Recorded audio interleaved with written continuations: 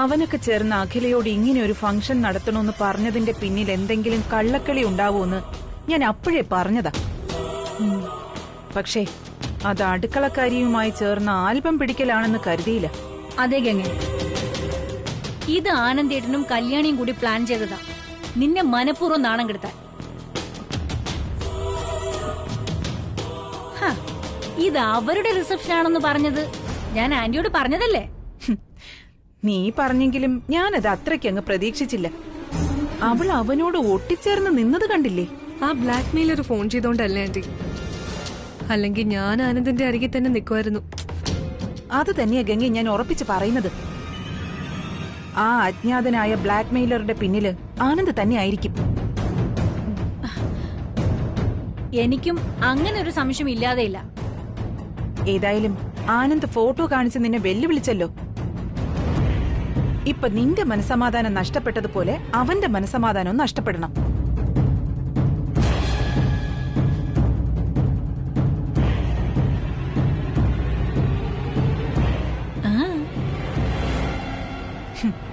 അതെങ്ങനെയാണെന്നല്ലേ? വീണ്ടും നീയും ആനന്ദും തമ്മിലുള്ള കല്യാണ ഒരുക്കങ്ങൾ അഖില തുടങ്ങണം.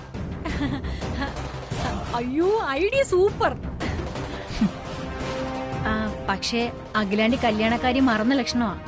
മറന്നോട്ടെ, മറന്നാൽ അത് ഓർമ്മപ്പെടുത്തണം. ആര് ചെയ്യും അതാന്റി പറയൂ. നീയോ ഞാനോ അല്ല. പിന്നെ? അയ്യോ ആന്റി, എനിക്ക് വയ്യോട്ടോ. ഈ കല്യാണക്കാര്യം അഖിലയോട് ചോദിക്കാൻ അവകാശമുള്ളവർ വരണം. ആന്റി ഉദ്ദേശിക്കുന്നത്? അതെ, അത് തന്നെ. നിന്റെ അച്ഛനും അമ്മയും വീണ്ടും ഇവിടെ വരണം. ഏർപ്പാട് ചെയ്യാനുള്ള കാര്യം നോക്ക്.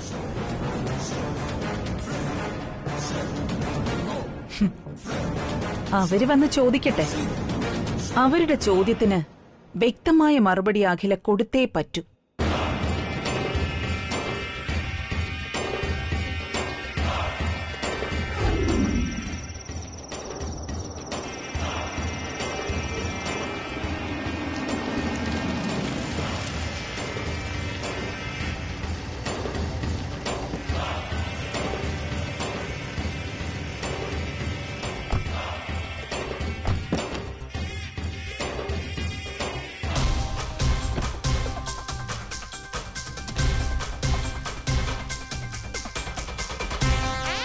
മാഡം, എവിടെയായാലും കാറിനകത്തുണ്ട്. അയാളെങ്ങ് ഇറക്കും.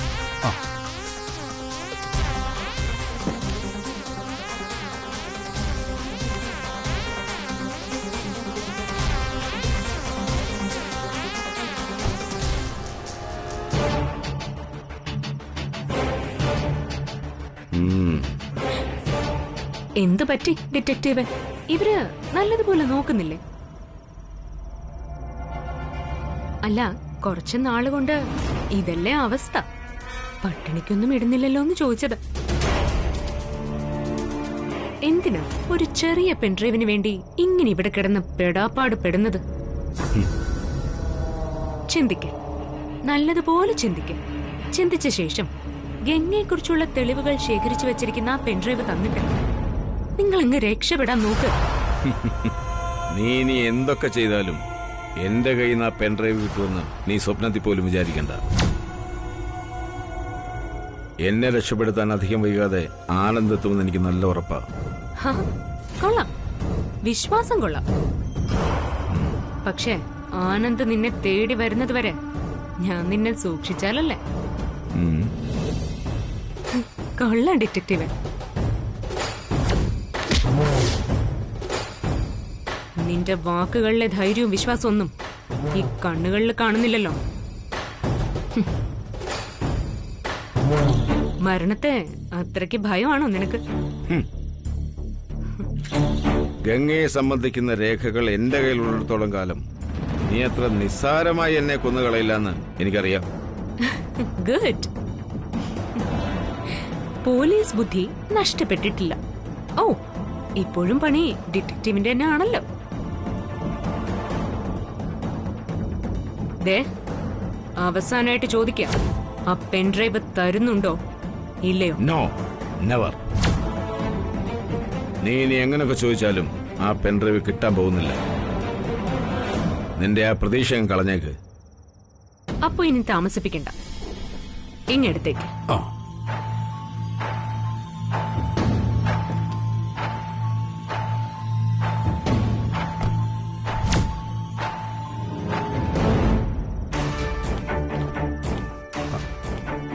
ഇതാ മാഡം.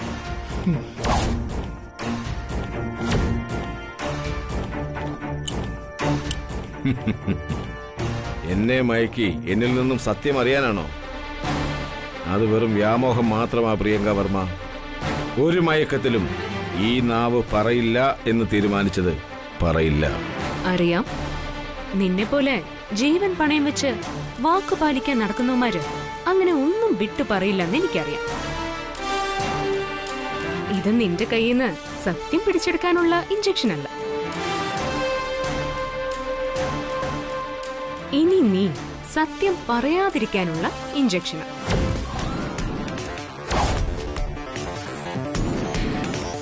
നോക്കി നിൽക്കാതെ ശരിക്ക് പിടിക്കടാ.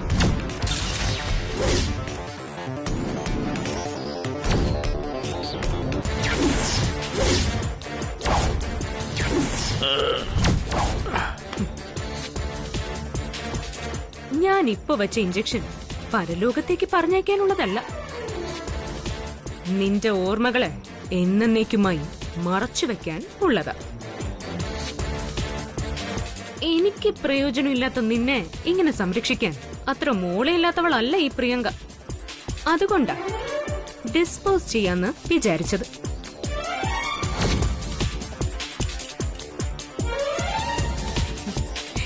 ഇപ്പൊ ഞാൻ കുത്തിവെച്ച മരുന്ന് 1 ml ഉപയോഗിച്ച പോലും 48 മണിക്കൂറത്തേക്ക് സ്വബോധം കാണില്ല.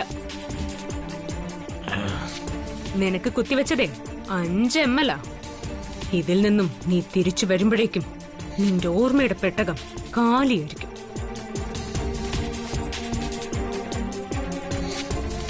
സ്വന്തം പേര് പോലും തിരിച്ചറിയാനാവാതെ മുഴുഭ്രാന്തനെ പോലെ തെരുവിലാലയും നീ.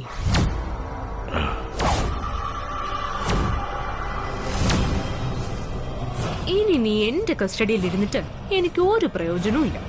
ആനന്ദിന് നിന്നെ കിട്ടിയാലും അവനും ഒരു പ്രയോജനവും ഇല്ലാത്ത ഒരു ജീവച്ഛവമായി മാറും നീ.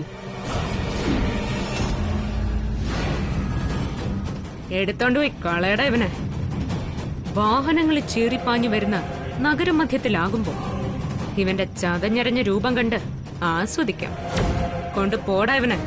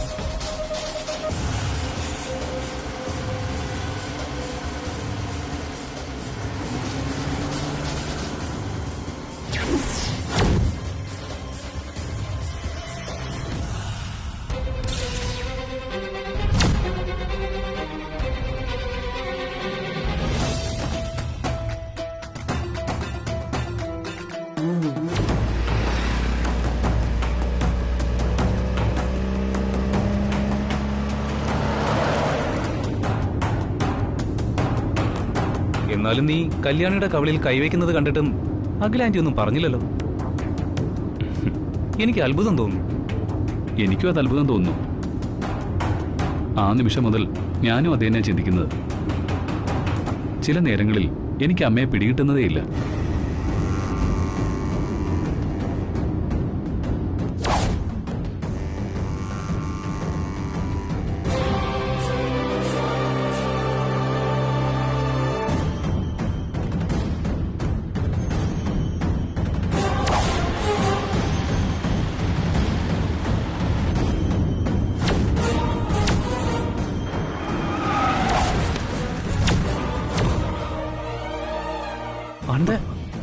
മേനോൻ സാർ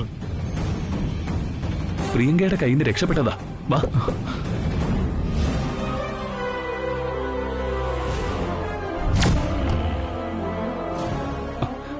എന്തു പറ്റി സാർ? സാർ, പ്രിയങ്കയുടെ കയ്യിൽ നിന്ന് സാർ എങ്ങനെ രക്ഷപ്പെട്ടത്? സാർ എന്തു പറ്റി? സാർ, എന്താ ഒന്നും മിണ്ടാത്തെ? പറയൂ സാർ, എന്താ പറ്റിയത്? മേനോൻ സാർ, സാർ എന്തെങ്കിലും ഒന്ന് പറയൂ സാർ. അവള് മയക്കുമരുന്ന് ഇഞ്ചക്ട് ചെയ്ത് മേനോൻ സാറിന്റെ ബോധം തകർത്തു എന്നൊരു സംശയമുണ്ട്. മേനോൻ സാർ ഇങ്ങോട്ട് നോക്കൂ, എന്നെ നോക്കൂ. ഞാൻ സുബ്രു, ഇത് ആനന്ദ്. ഞങ്ങൾ രണ്ടുപേരും നിങ്ങളെ തേടി നടക്കുമായിരുന്നു. എന്റെ പേര് മേനോൻ എന്നാണോ? നിങ്ങൾക്ക് എന്നെ അറിയുമോ?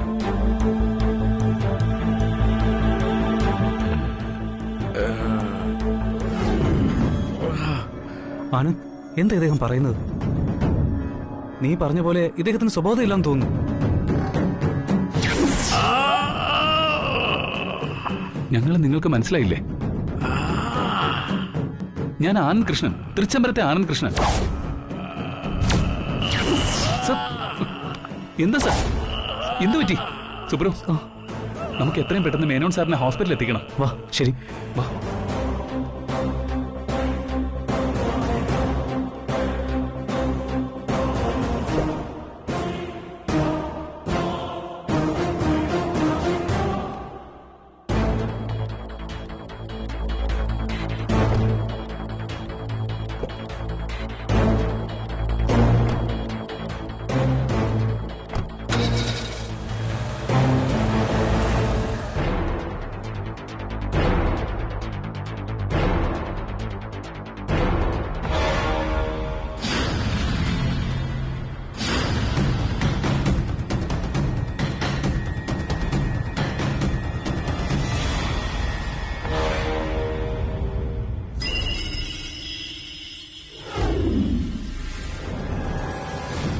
എന്താ സാർ മേനോൻ സാറിന്റെ പ്രശ്നം? സ്കാനിംഗ് റിപ്പോർട്ട് വന്നാലേ എന്തെങ്കിലും പറയാൻ പറ്റും. അമിതമായ ലഹരി മരുന്ന് ഉപയോഗം കൊണ്ടുണ്ടായ പ്രശ്നമാണ് പ്രധാനം.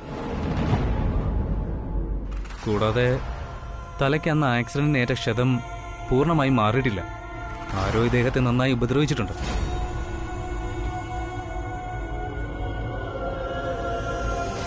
മേനോൻ സാർ പഴയ നിലയിലേക്ക് ഇനി മടങ്ങി വരില്ലേ ഡോക്ടർ? അത് തീർത്തും പറയാൻ പറ്റില്ല.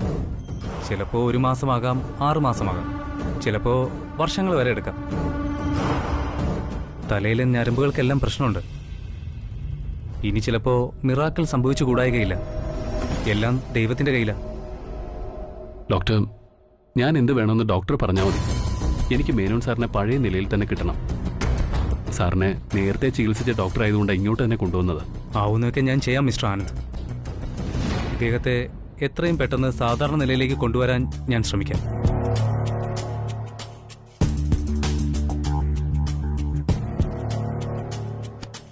ഇത് ഫാർമസിയിൽ കൊണ്ടുപോയി കൊടുക്കുക. ശരി ഡോക്ടർ. ഓക്കെ, ശരി എന്നാ.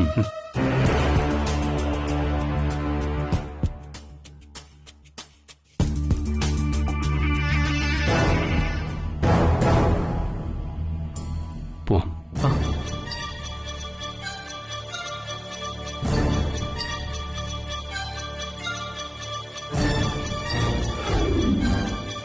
ഇത് നോക്ക് കൃഷ്ണേട്ടാ. എന്താ ഇതിപ്പോ ഞാൻ കറക്റ്റ് ചെയ്തപ്പോഴാ ശരിയായത്. അക്കൗണ്ടിൽ ചെക്ക് ചെയ്തല്ലേ? കണ്ടുപിടിക്കാൻ ഒക്കൂലല്ലോ. ഇതാ പറയുന്ന ശ്രദ്ധയില്ലാന്ന്.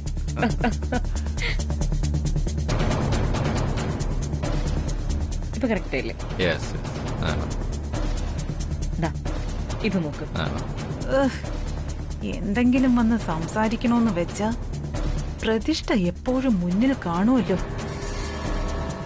ശരി, പറഞ്ഞല്ലേ പറ്റൂ. ചേച്ചി, വളരെ പ്രധാനപ്പെട്ട ഒരു കാര്യം എനിക്ക് പറയാനുണ്ടായിരുന്നു. എന്ത് കാര്യമോ പറയാനുള്ളത്? പറയൂ.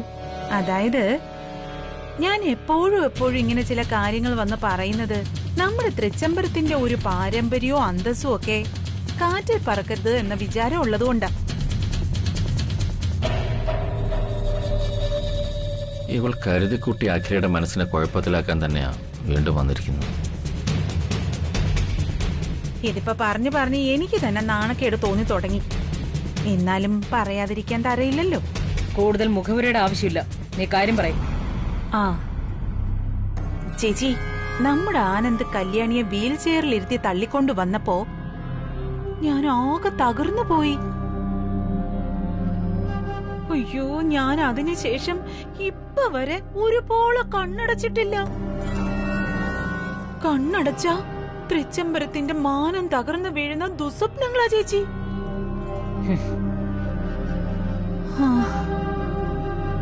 ആ ജോൽസിൻ പറഞ്ഞതാ ശരിയെന്ന് ആരോ എന്റെ കാതില് വന്ന് പറയുന്നത് പോലെ. സത്യത്തില് ചേച്ചിയുടെ അച്ഛൻ പറയുന്നതായിട്ടാ എനിക്ക് തോന്നുന്നത്. 5 ലക്ഷത്തിലേക്ക് തന്നെ. ആ ജോൽസിൻ പറഞ്ഞത് സത്യത്തിൽ കൺമുൻപിൽ കാണിച്ചു തരികയല്ലായിരുന്നോ ചേച്ചി?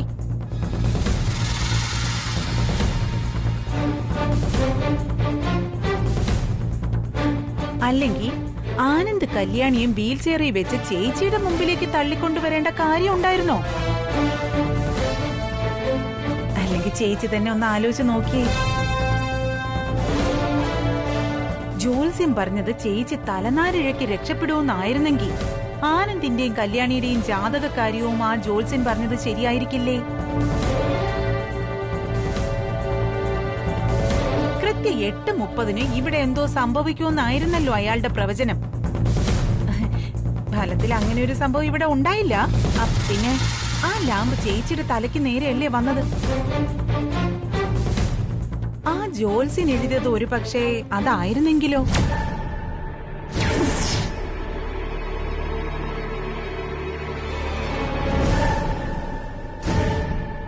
ഞാൻ ആ കുറിപ്പ് മാറ്റിയത് ഇവൾ അറിഞ്ഞ മട്ടിലാണല്ലോ സംസാരിക്കുന്നത്.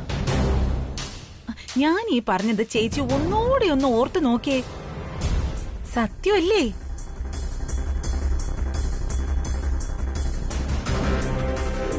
നാളെ സൂര്യോദയം കഴിഞ്ഞ് 8:30 ഞാൻ ഇതിൽ എന്തു കുറിച്ചോ അത് നിങ്ങളുടെ വീട്ടിൽ സംഭവിക്കും.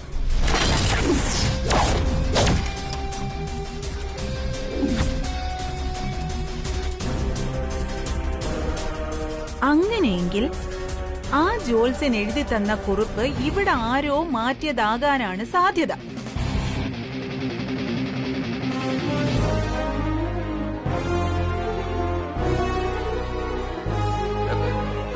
ജോൾസൺ എഴുതിയത് ബിസിനസ്സിൽ വലിയ നഷ്ടം വരുമെന്നല്ലേ? അല്ല, ശിവരാമേട്ടൻ പറഞ്ഞത് കറക്റ്റ്. അതിവിടെ വായിച്ച കുറിപ്പില്. പക്ഷേ അഖിലേച്ചിയുടെ കവറിലുണ്ടായിരുന്ന ആ കുറിപ്പ് ഏറെ ചിന്തിക്കുമ്പോ ആരോ മാറ്റിയത് തന്നെയാ. ഏറ്റിട്ടുണ്ട് ശിവരാമേട്ടന് അത് ഏറ്റു.